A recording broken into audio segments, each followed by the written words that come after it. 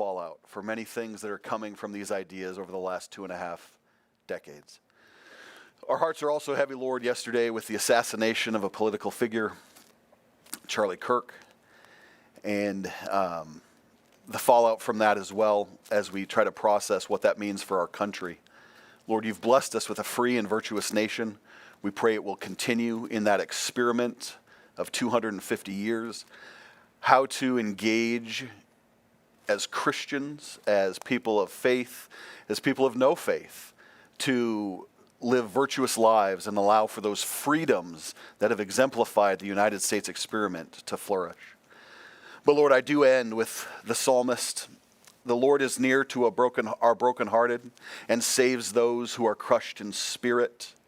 And if we humble ourselves, Lord, and seek your face, please heal our land. In the name of Jesus Christ we pray. Amen. Well, we are delighted for this topic. There are many good conversations going on about the family, and we want to talk a little bit about the future of the family, what that looks like. And so we thought we'd do one of our Acton lecture series just a little different and bring a panel. And I just want to introduce really our esteemed panel. Acton, we talk a lot about institutions that promote free and virtuous lifestyles, living, engagements in communities, politically, individually. And this topic, the family, church, these kinds of institutions that are stable bring stability to any kind of community. I mean, stable families and stable employment allow for stable families to flourish. And so we brought together a panel that's going to talk about economic issues, issues of religion, anthropology, and just flourishing in that world. So the format for today is I'll briefly introduce each person on the panel, and then we will have a conversation. They will each have 5 to 6 minutes to kind of answer or frame the question in their expertise, and then we will have a short formal conversation on the stage, and then the last 20 minutes will allow for Q&A from the audience. So be writing down your questions if you have those, and we'll look forward to hearing those in just a few minutes. On my far left is Dr. Clara Piano, visiting professor of economics at the University of Mississippi. Her primary research interests are in institutions that undergird markets, like the law, the family, and religion. She's won multiple grants and awards for her work, including the annual esteemed Novak Award that the Acton Institute gives out each year in 2024. Her work has been published in highly ranked journals, such as the Journal of Law and Economics, as well as many popular outlets like Public Discourse. Beyond economics, she enjoys reading and discussing Catholic social thinking and resides in Oxford, Mississippi with her husband, 2 children, and their beloved dog. We'll have to figure out what kind later on. Next is Dr. Jeffery Degner, Dean of the Cornerstone University's School of Business and Innovation, and is the author of the brand new book, Inflation and the Family. He's a fellow with the Mises Institute and a regular contributor to the Mises Wire, and also published in the Quarterly Journal of Austrian Economics. He's a member of the Academic Advisory Board, the Center for Biblical Unity, and a member of the Association of Christian Economists. He and his wife of 24 years are parents to 2 daughters. And next, on my left is Dr. Anthony Bradley, Distinguished Research Fellow at the Acton Institute and Research Professor of Interdisciplinary and Theological Studies at Kuyper College. He studies and writes on issues concerning fatherhood, the men and boy crisis, criminal justice reform, general youth and family issues, poverty, education poverty, and essentially anything having to do with social ethics. We're just delighted to have this panel. Please give a warm round of applause for these people.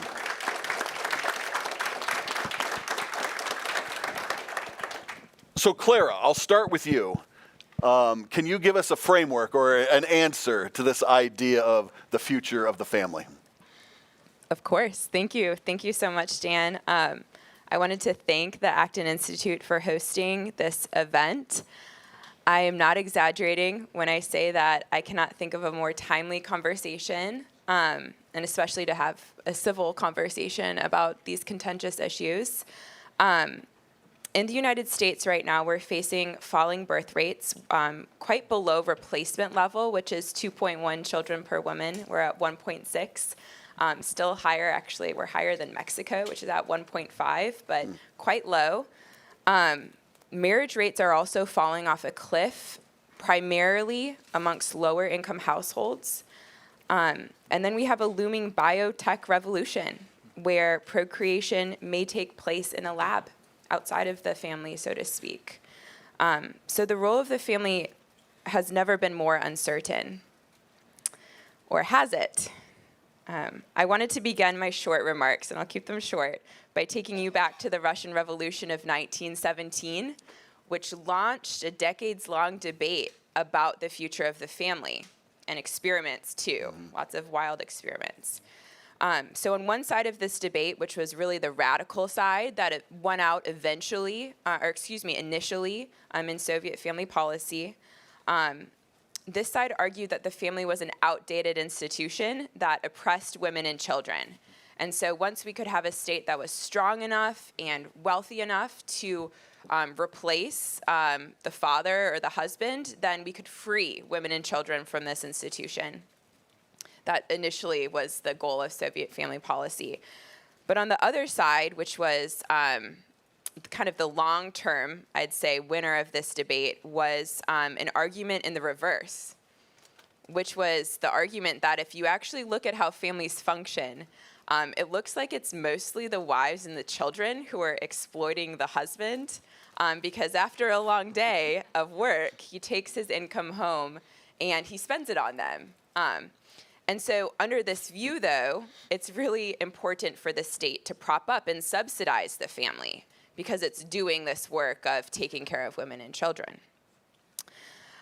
I propose that both of these models are incorrect because they share a common erroneous assumption about the family, which is they see the family as a creature of the state, a family as a legitimate society only insofar as it is serving the interests of political officials, when in fact, the family is prior to the state and beyond the state in a sense. And so there's many ways you can argue that point, but I'm an economist, so I'm going to use a little economic analysis. I'm going to summarize actually a lot of papers in the family economics literature right now to show you how the family is prior to the state.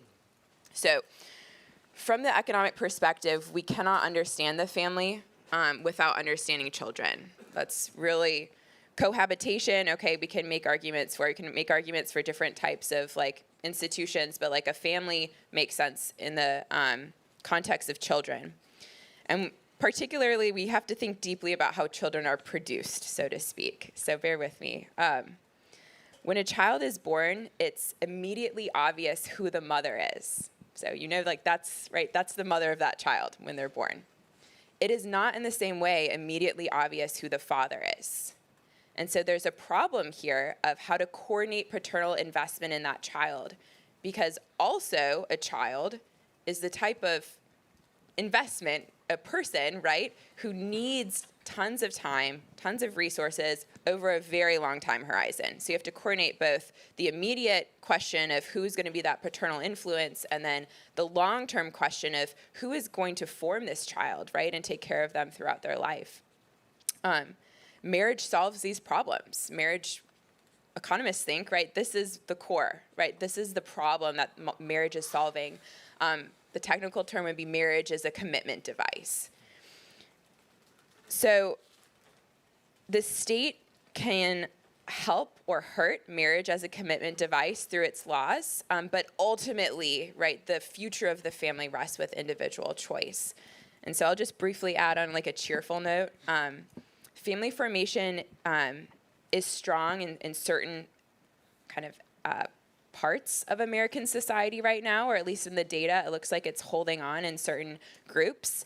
And those tend to be people who have bachelor's degrees and people who are religious.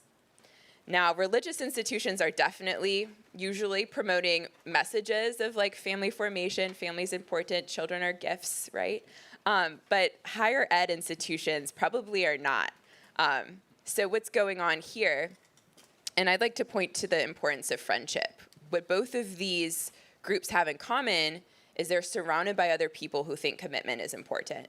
And so I think that that's going to help us. That's going to be the key to the future of the family will be actually friendship. And so that's it. Good. Thank you. In the process of writing my dissertation a couple years ago, which became the book that Dan referred to, Inflation in the Family, I had a phone call with a young colleague of ours, a friend of ours, Clara Flowers, and she's a PhD candidate at George Mason University. And in that phone conversation, she relayed a story that continues to stick with me to this day.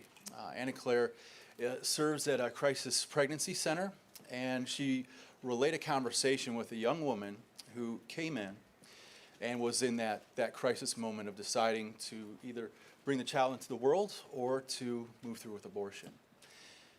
And her words to Clara were, "With all this inflation, I'm just not sure how I can have this kid." That continued to motivate and stick with me through the process of writing the book. There are economic realities that are making family life, fertility, an increasing challenge. So one of the things that I have to be careful of as someone who's a little bit older is not to finger wag at younger people. There are genuine challenges, but we also went through challenges as well in our early adulthood and early married years, right? It's tough for everyone at that stage, but I want to be careful in looking to our younger people and counseling our younger people and pretending like that it's just business as usual these days. It's not business as usual. And so we've come to the conclusion across many fronts and many places that the family as an institution is very much under assault from a various number of sources. So if today's focus is on the future of the family, I do want to be future oriented. I do want to think ahead and have a hopeful approach to this, and I want to say that the solution to the family crisis, broadly speaking, is in this room today. And I'm not referring just to the people on the stage. That we all have a significant part in sort of the division of labor, if you will, that upholds and supports family life, and in a what you might call traditional or Christian fashion. Now, my work leads me into one of, I think, just three key areas. I want to think in sort of a Trinitarian sort of way. There are three ways for us to actively support the family. And my work is in the area of monetary policy, how inflationary policy, which is a choice, it is not something that just floats around the ether and it just happens to us every once in a while. Inflation is a choice, and it's making family life more difficult. Some are benefiting by it, but most are not. So there's that sort of high-level approach where some of us are called into that arena and to urge policymakers to consider the impact of their choices on family life. That's sort of that high-level piece. But then I even think of the regional piece. One of the key areas to look at maybe the state or regional level would be to reconsider our approach to divorce law. In fact, very recently, the state of Kentucky has changed divorce law around the custody question. And essentially they have said, look, custody is going to be split 50-50 in every case. And as it turns out, this has lowered divorce rates in pretty short order. So that's a regional, state-level approach where what we have seen historically, there's a wonderful book here. I always bring my resources with me when I'm in a classroom situation. So a wonderful book by William Tucker called Marriage and Civilization. And he points to policies surrounding divorce and custody and asks the question, which way does this go? If we default primarily to the mother's custody, what happens to divorce rates? Historically, going back to the Roman period, you may be familiar with the concept of paterfamilias, right? That kind of household head that the man occupies, that role. Well, if there was a divorce, the men retained custody rights in full.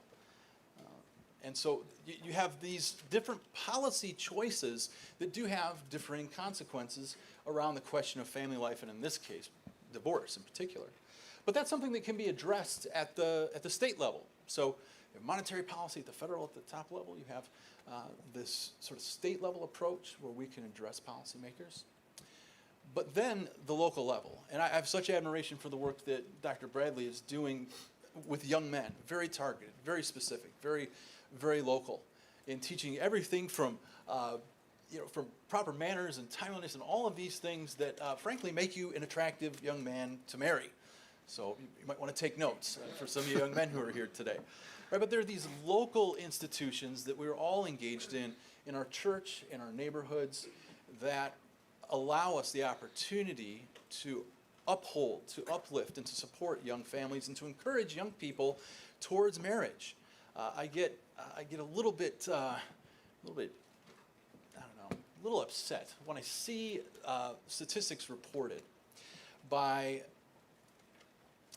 publications like The Economist, let's say, and they plaster it everywhere that to raise a single child will cost you $300,000. Yeah. Now, if you have multiple children, you know that this is not true. All right? You know that this is not true because I was the oldest. I had 4 siblings after me, and we know what hand-me-downs look like. Right? These kinds of fear tactics about the cost of raising children, it can be done. It can be done. And I want to encourage young people on that front that having children is not as arduous as some have made you imagine. It's not the end of your life. It's the beginning of a new kind of life, not only the child's life, but learning how to be a parent, learning how to be a provider, a caregiver. And so I want to encourage young people into marriage. And I was talking with Clara just a little bit ahead of time here, but I work at Cornerstone University, and we're a small Christian liberal arts school, and the phrase, the ring by spring, right? We're familiar with this. I don't discourage that. It used to be the case that we would have some faculty who would really finger wag at students and say, you're not here to get your MRS degree. And now I'm thinking to myself, well, that's not half a bad idea. Is that you graduate on May 10th and your wedding is on May 17th. Let's get this thing started. And marriage as a great source of community, cohesion, of bringing children into the world, into a stable environment is what I want to be about. And we can all take part in those different ways. Thank you, Jeff. Dr. Bradley. Great. Thank you so much, everyone, for coming. And this is an issue that's also really important to me. I just want to lay out some other statistics as well. I think, when I remember back long time ago when I was a kid, we used to have this little song that we would sing if we saw a boy and a girl kind of hanging out. It was sort of like Tom and Jessica sitting in the tree, K-I-S-S-I-N-G. First comes love, then comes marriage, then comes baby in a baby carriage. Right? That's gone. Kids don't sing that anymore. That whole culture of marriage as an aspiration has completely vanished, particularly with Gen Zers and Gen Alpha. It's no longer much of a cultural aspiration. So when we think about the future of the family, we're also thinking about the future of marriage as an aspiration.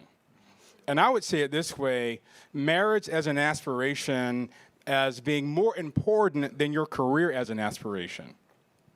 Right? So one of the things that's happened over the last 30, 40 years is we've had this flipped. We've actually made career the aspiration and marriage and family a secondary and tertiary byproduct of what you will do with your career. And a lot of young adults are incredibly discouraged. I just want to give you some stats here. Some of this was mentioned before. In 2024, we're sort of talking about the decline of marriage. Only 47.1% of households were headed by married couples. Now that's down from 78.8% in 1949. Marriage rates hit an all-time high in 1946, also gave us the baby boom in the 50s and early 60s. That has also declined precipitously beginning in the 1980s. We're also seeing a collapse in birth rates, as was mentioned earlier.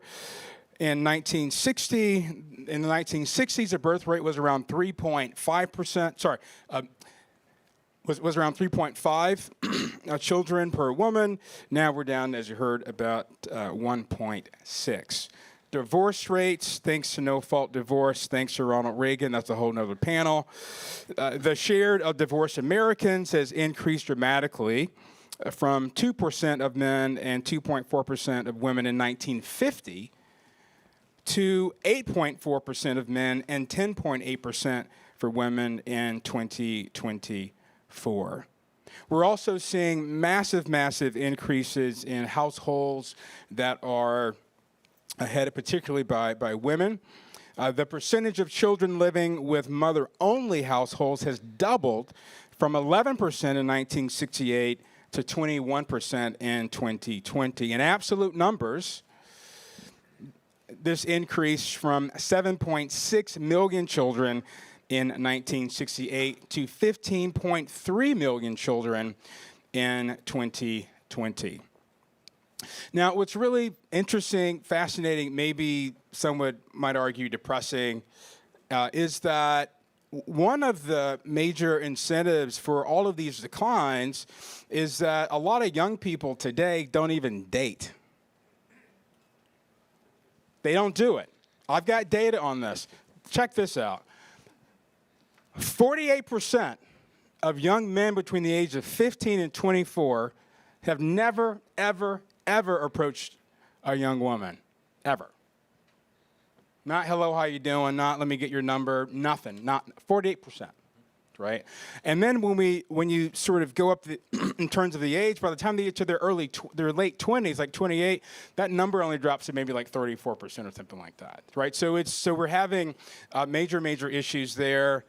So the future of the family for me is also the future of marriage as an aspiration. One of the things that we're seeing right now is that there's a major disparity between women's values and men's values. Recent data, if you look at those who voted for Trump versus Biden, whether they were liberal or conservative in terms of the things they care about, young men, number one and two priority, marriage and family. For women, whether they were conservative or liberal, career. We're also seeing this disparity where young men are tending toward being more conservative and young women are tending toward being more progressive. And they're dating along those lines. So if you look at date apps like Hinge and Bumble and things like that, if someone's political views don't align, they just keep swiping, right? So we're also seeing these sort of decline in both dating practices, marriage as an aspiration, major disparities in terms of the sorts of values that young men and young women have. And the last point here in terms of some of the economic issues is that in order for a young couple to get started today and have a family, they have to live well below the standard of living of their parents when they do the same thing. It's not impossible. They can do it, but they'll be in a smaller house, a smaller apartment, probably a less economically thriving neighborhood to accomplish the same sorts of starts, sort of launches in early adulthood as their parents, right? And those are some of the economic changes there. One of the questions that I have is what can we do to inspire and encourage and celebrate a culture where young people see marriage as a goal, as an aspiration, as something that they want to do, and they see that as more important than their jobs. One of the things I would say to my own students is your dumb job, right? Just to sort of put it in the proper perspective. There are more important things in life than your job. But a culture of careerism has really muddled this. Last point, and then I'll turn it back over to you, Dan. a lot of, remember, we got to think about this, right? A lot of Gen Zers grew up in a culture of divorce. Not necessarily their parents, but they know someone. And there are a lot of young people, and I talk to people in their 20s, they're just afraid, not afraid of marriage, they're afraid of divorce. And there's this idea that I have to be absolutely sure in 15 different metrics if this is the right one, because I no longer want to get divorced. So I would encourage us to start singing that nursery rhyme again.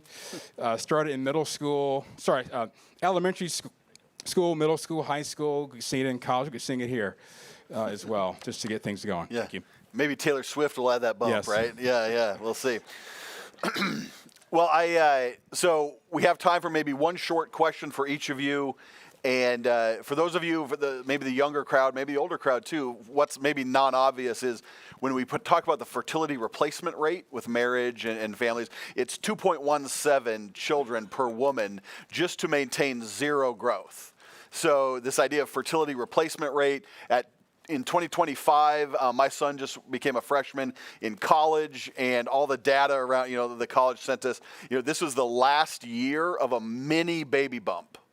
And then after 2025, so there's we'll talk about a few issues that might come from the idea of people not having children. What are some of the other deleterious consequences of that happening? But let me start with Clara. I love your ideas.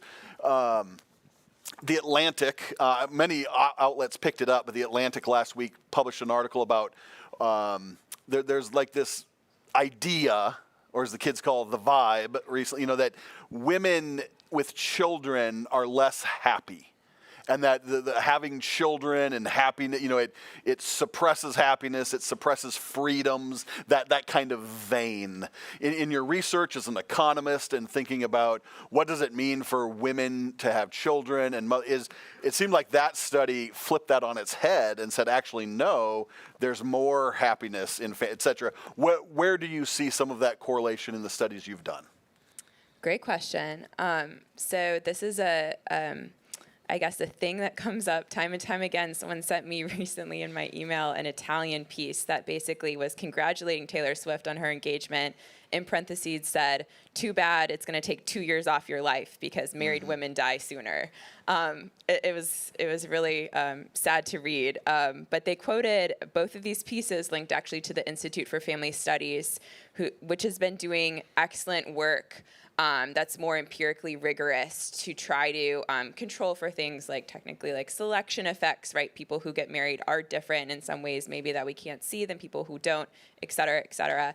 But in general, it's safe to say that having children and getting married gives more meaning, fulfillment, purpose. The longest study on happiness done by Harvard, this real longitudinal study of Harvard graduates, the one factor that predicted happiness was long-term companionship, like having that one relationship in your life that was central, like marriage, not your job, your career success, like we were saying. So it's important to take that, to know that as a young person, to be honest, and to think about when you're thinking about your future, how could work and family work together? What sort of life do I envision for my children, right? What sort of life do I envision for my spouse and I? In my own research, I've done a little bit of research on this question, and we found that during COVID, married couples fared better, even with the unemployment, even with all of the shocks, the scariness of everything being shut down. Married couples were able to, controlling for income, education, controlling for everything that might influence happiness. That marriage piece still explained differences in happiness across people. And let me just say one more thing about kids. Yeah. So one of the statistics that I'm fascinated by and that gives me hope and that I think speaks to something deep in human nature is this statistic that we see about desired fertility. And there's many ways to measure it. They all actually come on a similar number, which is that if you survey reproductive age women, so women currently making decisions with hopefully their spouse about whether or not to have a child or additional child to welcome them, women would ideally like to have or say that they would be happiest with somewhere between 2 to 3 kids on average, right? So some women are saying 6, 8, some women are saying 0, right? But most of the variation is most of those women are 2 to 3, 3 to 4, that kind of group. And that's well above replacement. And so that shapes the conversation that we're having, right? We do need to keep sharing the message that I think, one of the most incredible adventure, besides like your faith journey, but like the most incredible adventure you can have in life is forming a family or following your vocation, so to speak. And that there's a lot of risk. Every adventure has risk. You don't get anywhere without risk. You don't even have a career without risk. So stop thinking of it, about the downside. Of course, there's a downside because your heart is vulnerable, right? But it's worth it. There's a famous quote from C.S. Lewis to this effect about making your heart vulnerable. The alternative is not, that you will never get hurt. It's that you just cannot open yourself up to love. So those are your options, right, in life. And so I would encourage everyone to, think about the data you're consuming. There is some fear-mongering out there in terms of marriage taking years off your life, that kind of thing. Maybe look at the studies, look at the statistics, but also just use your gut instinct, right? We have, I think, a natural desire for these things because they're good. That's good. And speaking of fear-mongering, my question for you, Dr. Degner, is even coming in this morning, the CPI index was released just this morning on inflation. And I was thinking, just what great timing. But the last 5 years, we've seen such an inflationary moment. And one of the commentators was arguing that people that are under the age of 50 have never seen an inflationary moment like the last 5 years. And so fear-mongering around you mentioned it briefly, the cost of raising children and, the pragmatic quickly, I have 4 children, and, it is expensive. It is. There are costs associated with, it's not untrue, but it's also the way it's framed. And what have you found in your research about inflation and economic policy directly related to the family that might kind of fact versus myth in some of your work?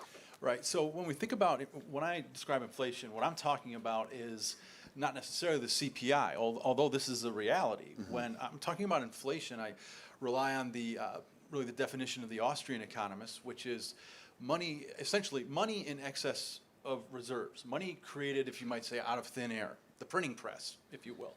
So over time, what we see happening, and what my book should have been titled, is The Family in the Inflation Culture. When we have an ongoing, decade after decade, generation after generation process where government spends more than it brings in, they have to borrow, they have to print. This creates a number of cultural phenomena that have somewhat gone unnoticed by economists, by sociologists, and so forth. But one of the big takeaways in this ongoing inflationary process is that some people do benefit by it. Some folks do better off under an inflationary environment, and they are those who own financial titles, stock, et cetera, et cetera. They are those who already own homes, okay? When we see inflationary pressure driven by Federal Reserve policy that drives the price of homes and land upward, those families that already own them, they stabilize their family situation. They experience a wealth effect. In some of the data that I worked on in my book showed, one study in particular out of England and Wales showed that under that condition, families who are home owners actually have a positive track towards fertility. They have more children when they are the beneficiaries of that inflationary environment in the housing market. But what if you're a renter? What if you're not a homeowner? Well, there's a negative correlation. You can't just blow out a wall in your rental unit and add on a new nursery.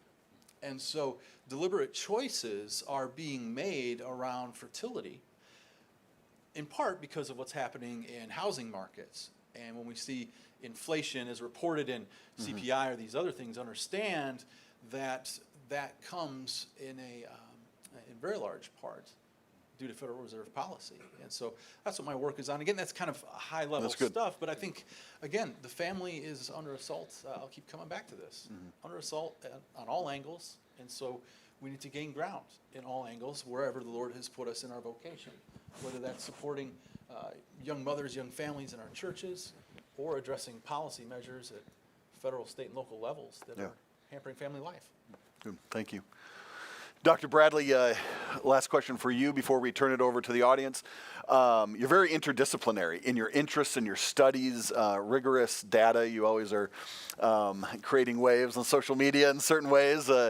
And what do you find in some of your research, particularly more recently? I think you have a new book coming out on fatherhood.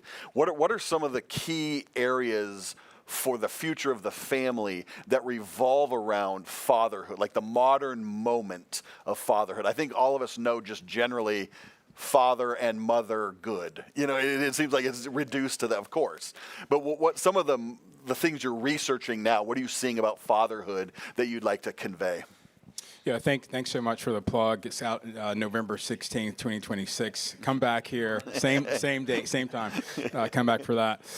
You know, it's really interesting because when we talk about the future of family, we also need to talk about the future of marriage and family and fatherhood.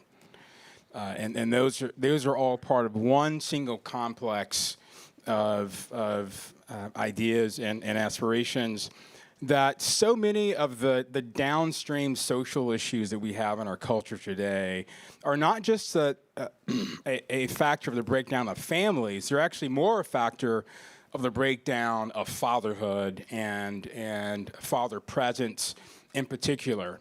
Dads are crucially important in the development of children and crucially important in instilling an aspiration for the next generation being married and starting families. One of the coolest things I've ever heard a 4 or 5-year-old kid say, you know, what do you want to be when you grow up? He's like, a dad. I was like, exactly, right? This sort of as an aspiration. 2 quick points just to sort of lay this out in terms of its importance. One of the things that we know is that fathers are critical for faith persistence.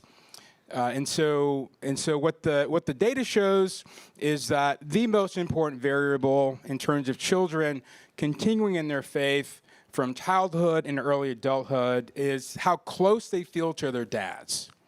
And what the data also shows is that children who see their dads singing in church are much more likely to persist in their faith. Right? It's not youth ministry, it's not youth group, it's not Sunday school, it's not the pastors, not camps, none of that stuff. It's actually a relationship they have with their dads. For girls, and this is a critically important point, for young women, I have lots of data on this, but for young women, we know that a girl's central nervous system actually develops around the relationship that she has with her father. Her impulsivity, her self-perception, it is derived from her relationship with her dad. And what we also know from the data is that puberty onset for girls is derivative of how close they are to their dads. Girls that are really close to their dads go into puberty later than girls who aren't. In fact, girls who are not close to their dads are twice as likely to go into puberty before the age of 12. And then what happens is that they feel that father void, usually with some peer or some older teen or something like that, which opens them up for pregnancy and things like that. So dads are critically important, both for marriage and family, and so many of the downstream issues. And so one of the things that I'm working on with a bunch of young men in town is sort of instilling this heroic vocation of having fatherhood be an aspiration. Mm-hmm. And I have a student right now, he's 20 and married in college. And I celebrated him in class. I thought, you're the man, you're doing a great job. You're probably gonna get straight A's because that's what you do when you're married in college. Your grades go up, right? The data shows this, right? He's gonna have a great time. Last thing, I'm taking a group of guys from Kuiper College over to a friend of mine's house. They're all seriously dating. They're thinking about engagement. So we're just going to go to his house, and I'm going to let them ask him a bunch of questions about marriage and childhood over some food and fellowship, right? So they can see that this 6'3" guy, former NFL player, someone they respect, is ahead of them and will encourage, and we need much more of that. Love that. Thank you. Well, now we have time for about 20 minutes worth of questions from the audience. We will have 2 runners with the microphones, 1 on each side. So please wait, raise your hand, we'll call on you, and use the microphone so that the people online and our recording can capture the question. So who would like to ask a question of the panel? And please ask which member of the panel your question is in reference to. Yes, Eric. Anthony, you mentioned this in your opening remarks, dating apps and the advent of online dating. Mm-hmm. I was fortunate enough to meet my wife before the advent of online dating. Congratulations. Yes, believe me, I'm grateful for it. And in addition to the things you were talking about with non-immutable characteristics, like one's political beliefs, you have people curating for immutable characteristics. People don't want to date anyone below a certain height. And I don't just take offense to this as somebody who's 5'6". What do you do about that, especially when people, so much of the internet to me is it's still very new to us and we haven't evolved to and adapted to it well. What do you try to tell people about that when, especially from a young men's perspective, you communicate so much with them, see in their interactions on those apps, women swiping in certain ways correlated to things that they can't control and never getting an opportunity to find out who the person actually is? Right, that's a fantastic question. Here's some good news. The usage rates for those apps are on the decline, which is great news. And I think that what we need more of is friendship, kind of in-person connecting. And so I encourage people to get off those apps. But what I also encourage is for people to start hosting dinner parties and cocktail parties and creating spaces where people can, sort of third spaces, where people can actually get to know each other and meet each other. One of the things that's developed over the last few years as sort of a counterfactual opportunity to dating apps are running clubs. Unfortunately, they've kind of become hookup clubs, but that's a whole other panel. But it's just it's a place, a third space, not home, right, not work, to just meet people. And so I am encouraging people. It may sound a bit cliché and oversimplistic. You just got to start hanging out.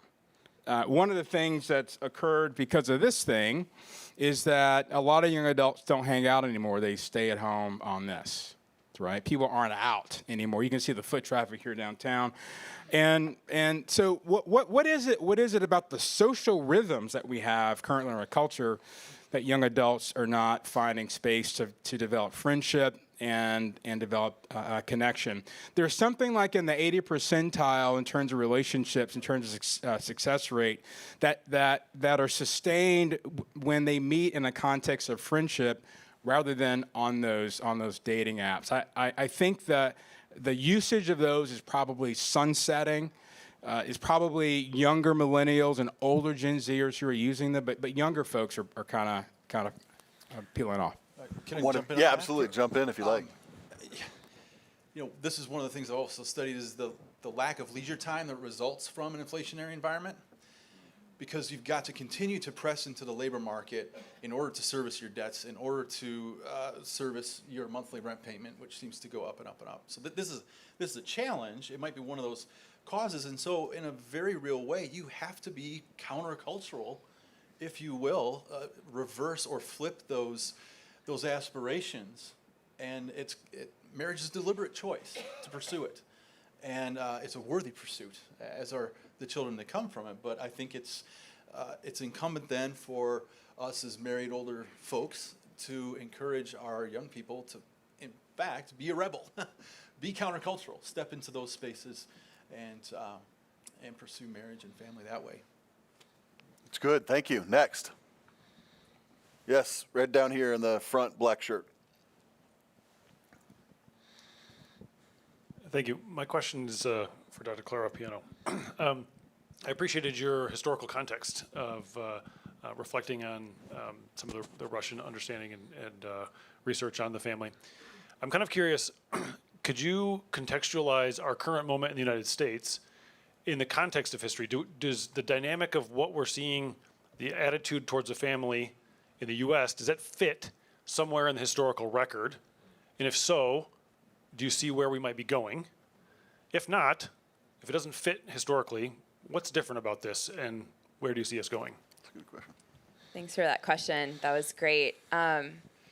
So a couple of thoughts on this. The first thing about the current context, and it's helpful to think about the United States in relation to other countries, because while other countries are experiencing similar birth rate declines, they have very different family patterns and very different marriage patterns. Now, the United States is a unique outlier in a kind of a negative way, in the sense that more of our children than any other country, like vastly more, I think it's like roughly 50% of kids will spend the majority of their childhood outside of the home of their biological parents, like a home with both of their biological parents. And that's been true for maybe about a decade now. So that's very different, actually, than the situation of kids in Europe or the situation of kids in Asia or India or anywhere else in the world. So that's a uniquely American problem. It has something to do probably with our affluence, the fact that we can afford to have children they're surviving, right? Even if they don't have a father in the home.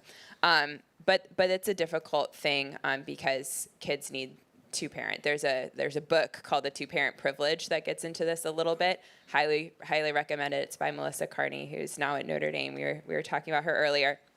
Mm-hmm. Now, historically, so that's kind of like comparing us today, but historically, the United States did not have this situation. This really did emerge in like the 2000s. We were, we've had a stronger marriage culture historically than other places. Now, to go back to the Russian example, there are some eerie parallels, I think, because one of the things that was explicitly tried to encourage kind of family breakdown initially in Soviet family policy was to get rid of religious marriage. So there was a ban on religious marriage. There was the liberalization of divorce. That was literally the first law, as far as I can tell, the first law that was passed. And then I think it was the first unilateral divorce law in the world, but I'm not quite sure. And then there was like a real push to get women into the factories, right? And so that does boost GDP in the short run. In the long run, it's actually a horrible economic idea. And China is now figuring that out as well. When you depress fertility rates, it's actually not an economic benefit in the long run. So those are the two kind of contexts that I would describe there. But yeah, thank you for your question. That was good. Here in the blue. Mark, thank you all. Nope, wait for the microphone, please. Thank you. Okay, yeah.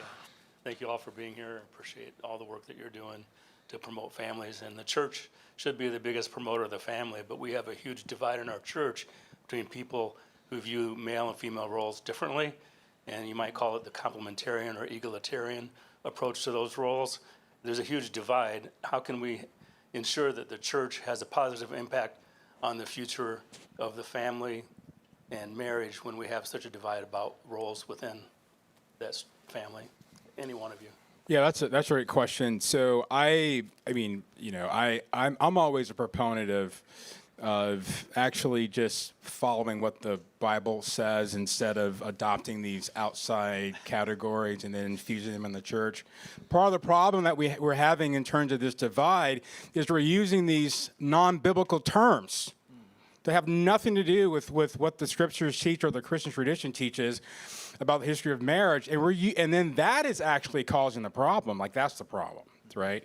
And if you look at the way marriage culture happens and expresses itself internationally, a lot of the things that we think of as roles are just merely cultural, right? And what if we said, hey, why don't we just free couples up to just simply follow what the scriptures say, and then in terms of some of those roles, they can work out whatever works for them, right? But what we do, we sort of impose biblical manhood or biblical womanhood, and actually what it often is proof texting, like personal preference, even cultural trends. And when I'm in and out of a lot of different cultures, and some of the things that I hear about, I grew up in the black community in Atlanta, and I sort of was hanging out in the evangelical world, and I hear some of the things that evangelicals talk about marriage, and like, that would not work for us. We just don't do that, right? But people assume those things are biblical, right? So what if we had this reformation of sorts, where we gave people permission and freedom to follow what the Bible says, but then let them work out some of those things that are not specifically articulated in the Scriptures. If it's not there, we don't need to be dogmatic about it. And what would one or two of those things be? When you say just follow the Scriptures, what would one or two of those core things that you're referencing? Well, no, here's a great example. Is it okay for a man to stay at home and it's for his wife to work? Right? What does the Bible say about that? Nothing. Right? And if she's a brain surgeon and he's an accountant and she's like, I'm gonna work, he's like, okay, right? You make way more money than I do. But sometimes we impose these sort of roles that the Scriptures don't actually articulate. So what if we really identified the types of character formation emphasis that the Scriptures really focus on in terms of the nature of the relationship, and not impose or introduce these sort of foreign Christian subcultural categories, and use those to articulate some of these definitions. You talked about being in a different cultural context and learning some things about marriage and family as a result. When I was in my college years, I had the privilege of spending summer in Romania, and they had an interesting linguistic approach to this. Every unmarried man, regardless of his age, was referred to as a boy. In other words, it was marriage that made you a man. Wow. At the time, I'm single. I'm like, no, that just doesn't sound right to me.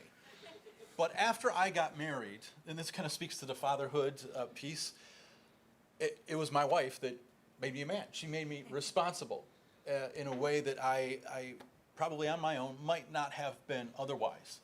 And so the maturing, the stepping into, as an economist, I'll call it the division of labor, stepping into my vocation was spurred by my wife and her love and her presence and her support. And so in the church, I don't know what label you want to put on that, or if we have a label for that sort of viewpoint, but if we can, in our churches, agree that we can maybe go back to Genesis and take a look at Adam, and he looks around at all the possibilities of fulfilling the cultural mandate, and there are none except until Eve comes along, until Eve is created. And in this way, he can be fruitful and multiply. Otherwise, he can't. And so this is another way to exalt marriage, but also to say that you're going to figure it out. The ways in which, and I know this is a buzzword in this question, the ways in which men and women complement each other will be different in every household. My wife is from Brazil originally, and I always got the question from people in our church, gee, did you guys really struggle because she's from another culture, another country? I said, if you marry the girl next door, you're marrying someone from another culture, another household, another way of doing conflict, another way of doing finances. So by God's grace, figure it out together and commit that those things will not tear you apart. That's a start. Thank you. We have time for one more. This lad has had his hand up for a while. All right, right here. Yeah. I have a question for you, Dr. Bradley. Sorry, I didn't. It wasn't planned. Sorry. I paid him $5. This is for plant. me, so no. So this has a little context, but I am in Gen Z and I'm on social media, and while I am scrolling, it tends to, I guess, curate the feed to what my life is like. So before I was in a relationship, it was very much towards making jokes at people in relationships and kind of making me feel good where I was. And now being engaged to be married, it's completely different and kind of praising this union that, and even in a Christian light too, and a biblical standard. So I guess like kind of how do we use that to the benefit of the family, social media, or do we still continue to look at it kind of as not a tool to use at all, or I don't know, just kind of some clarity on that. No, that's a fantastic question. So I think, the way the algorithm works is going to feed you whatever you want, right? If you like oranges, you're going to get a lot of oranges. If you like pineapples, you're going to get a lot of pineapples. Whatever stage in life is, it's just going to feed you that. And I think people who are on these platforms, they need to know this. I think that's really important. Now, it is unfortunately predictive of behavior. And so what a lot of young people do is they're actually taking their cues from the algorithm and living a way that expresses what the algorithm says they should be like. And we've had some horrible stories recently of young men taking their lives because the algorithm says you should do it, things like that. I'm not someone who believes that we can manipulate the algorithm in such a way that it will encourage marriage because it doesn't work that way. It's responsive to a person's particular interests. So to me, again, we need to get young people who are seeking marriage as an aspiration, seeking kids as an aspiration, and then the algorithm is going to support, promote, encourage, and champion that. But it has to start with the person first and their own interests and passions and desires, passions not in the Eastern Orthodox sense, because that's a bad thing, but these sort of good aspirations toward marriage, and that way it can do that. But to be careful with the algorithms, because it's only going to confirm what you think, believe, and love. People often think, well, we can use it as a tool to promote marriage, right? To sort of promote these things. I'm not convinced that will work unless the person is already interested in those institutions and have those aspirations.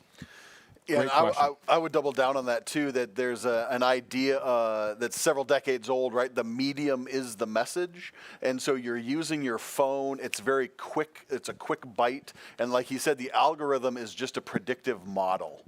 So it's just trying to predict as you click what you will continue to like and feed you what you like. And Dr. Piano mentioned something very brilliantly simple, is that what churches do and friendships do is bring you into hopefully an intergenerational community that's not always going to agree with you, that's not always going to entertain your thought. They don't give you everything you want. And the predictive model of social media essentially gives you everything you want. So you're never wrong, you're always satisfied. And the idea in the real world, with real friendship, real marriage, real community, yeah, we're going to be disappointing. I'm going to be disappointing to my wife. She's going to disappoint me sometime. Our children, disappoint us at times, but we champion each other at times. So it's a false picture of reality. And I think you're onto something that I have a smartphone, I have social media, but the more you can create a diet of real person friendships, real engagement, I think is, like Dr. Piano said, key to flourishing in your congratulations, in your upcoming marriage. So, well, thank you. It's time. That time went by very fast. So thank you. Please stick around and talk to our panelists, but please give them one more round of applause.